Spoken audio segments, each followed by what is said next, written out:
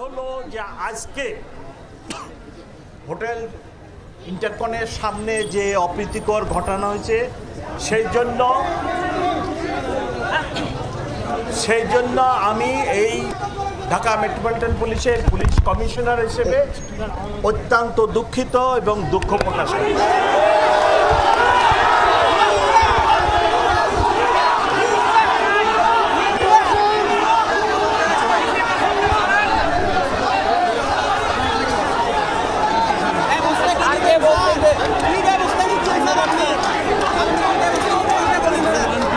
Number হচ্ছে আজকের এই অপরিচিতকর ঘটনার জন্য আমি একটি তদন্ত কমিটি আগামীকাল গঠন করি।